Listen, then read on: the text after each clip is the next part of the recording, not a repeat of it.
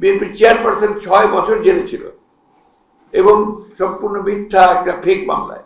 ভারপ্রাপ্ত চেয়ারম্যান বিদেশে নির্বাসিত অবস্থায় আছে। আমার এখানে আমাদের শীর্ষ নেতারা একজনও বাকি নেই যারা জেলে 2-3 বার 4 বার 5 বার 10 বার 11 বার যায়নি। এবং তার পরবর্তী স্তরের নেতারা 124, 140, 150, এমনকি 326টা পর্যন্ত মামলা রয়েছে।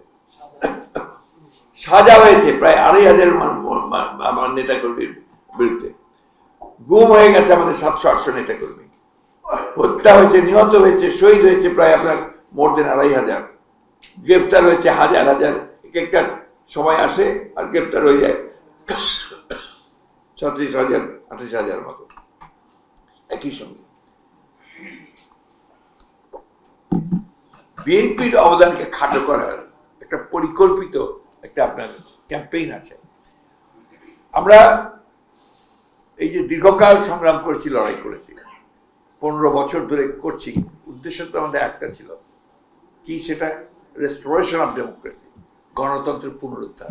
এবং সেটা কিভাবে, যেহেতু এখানে মানুষ ভোট দিয়ে প্রতিনিধি নির্বাচিত করতে পারে না, তার যে অধিকার তাকে সে প্রয়োগ করতে পারে না, সেই কারণে কিন্তু আমরা ভোটের অধিকার প্রয়োগের লড়াইটা লড়েছি।